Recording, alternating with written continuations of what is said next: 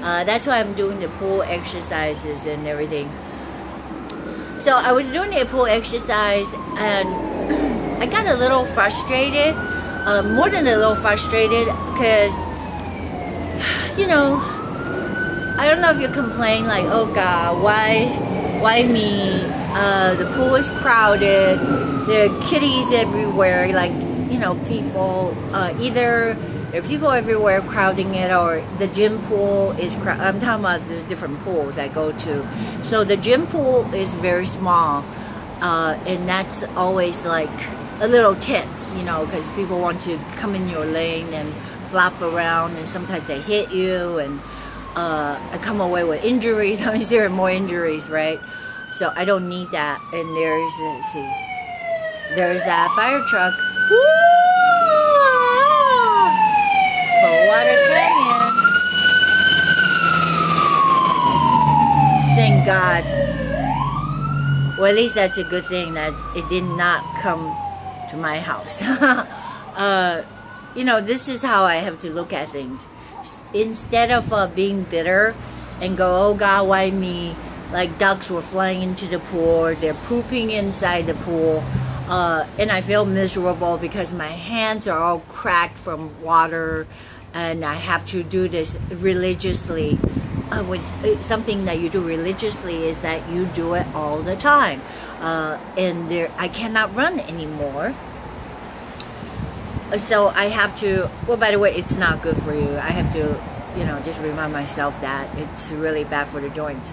So I have to go in the pool and do all the exercising like this, like I was doing the figure 4. I think that's very important. And I just realized that I'm not doing it totally properly, because you're not supposed to move the other hip when you're doing the figure 4. It's opening up your hip. Otherwise, which would, if you don't open it, it will be stuck, and we don't like that. Try to crank it up. So the bottom line, I gotta just get to the bottom line and let you go. The bottom line is that no matter how bad that day seems, it seemed like the people were jumping on me and screaming, yelling, and, you know, there's duck poop, yes, and duck soup, and I have to pretend like I'm enjoying myself. In fact, I'm crying like, inside. Because, you know, the water is polluted with chlorine, and I'm like really dogged, feeling like, oh, well, how am I going to get rid of the chlorine? And there he comes again. How do I get rid of the stupid fire trucks from coming down my street? But no matter what, I'm going to come here. I would say, no matter how bad your day is, and this is the important thing, just remember that you don't want to trade places with Jesus on that Good Friday. That day, it was really, really, really, really bad. Okay, no matter how bad your day was, or you're afraid that what it could be like a surgery or whatever, or this stupid fire truck. I don't know what went wrong, obviously. Thank Jesus, we have the fire station like a mile up. I'm having this allergy. Oh my gosh. I gotta sneeze. Oh, Lord. I know I woke up, I couldn't see anything yesterday because of the allergy. My eyes are all red. So, thank Jesus, I'm better. But it's a lot better than on the Good Friday, what Jesus went through. Just think about it. Didn't sleep all night, knowing that Judas is going to betray him. They had this Passover dinner. I'm going to come in the house because I'm tired of noise. Hello, sorry if I'm here to interrupt you guys for a bit because it's so loud. Now I'm in here, and I don't know if you can see Anna in the back. Hey, Anna, say hello. Hi, hello. All right, happy Easter. Thank you. Yes, so Anna is gonna pray for me. Like I said, it's not as bad as what Jesus had gone through. Just think about it. All right, so they had the Last Supper, right? And he dipped the bread. I'm just thinking it in my head, the timeline. He said, whoever that dipped in the same dish is the one who's going to betray me. So he knows it was Judas is correct. Funnily, I even read that. Judas even asked Jesus, is it I? Why would he ask that question? I don't understand that. Is it I? And Jesus says, yes, it is you. So, anyways, it's, the whole sequence of things. And then Judas ate that bread. The devil entered into his heart. According to your word, I didn't make this up. And then he got up. And Jesus even told him that. So what you're going to do it, hasten it, right? So he got up hastily and went to the temple and told the high priest that I know where Jesus is going to be. And the Pharisees that hated Jesus gave Judas those 30 pieces of silver. I suppose silver are very, very valuable because right now it's like $18 an ounce. I don't know.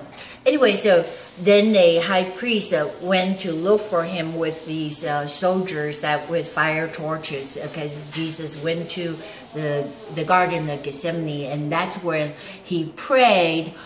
He didn't sleep all night, obviously, because people were falling asleep. He's waking up the disciples. They watch him pray, otherwise you'll fall into temptation. I think I just know, I don't know the whole exact really the sequence. I have to go back and watch that movie called The Passions of Christ. And then he prayed. Jesus prayed so hard. It says that, because if it was me, I would too. If I foresee what's gonna come, the horror that's gonna come to me, the brutal torture is gonna come upon my body, I had to pray, Father, get me the hell out of here. So he prayed, not like that, but he's like, oh God, yes, he did. Actually, he says, if you're willing, make this cup to pass away from me, to get away from me.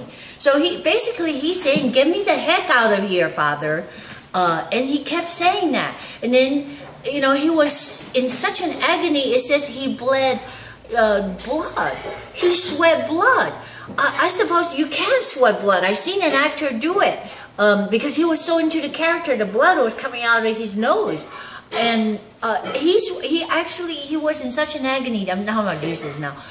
He sweated drops of blood because he could very easily.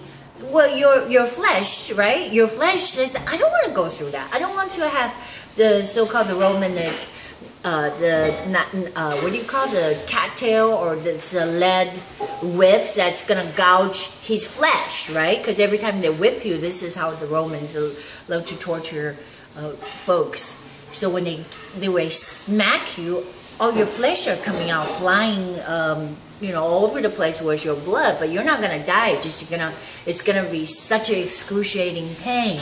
But knowing that he has to go through it, but knowing that he could get out of it. But if he did that, then we would have no hope. You see, we would have no salvation.